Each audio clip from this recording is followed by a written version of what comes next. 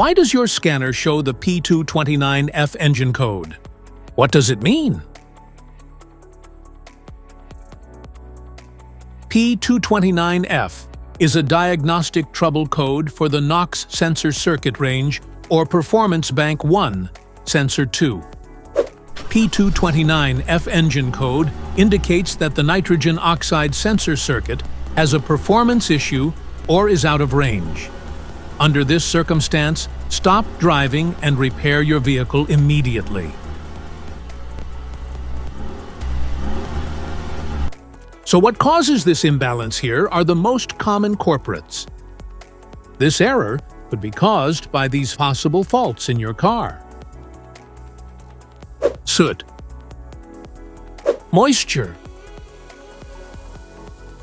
Each DTC code corresponds to a specific issue in your vehicle. This P229F code is often seen in diesel-powered vehicles, particularly in brands like Mercedes-Benz, BMW, and Jaguar.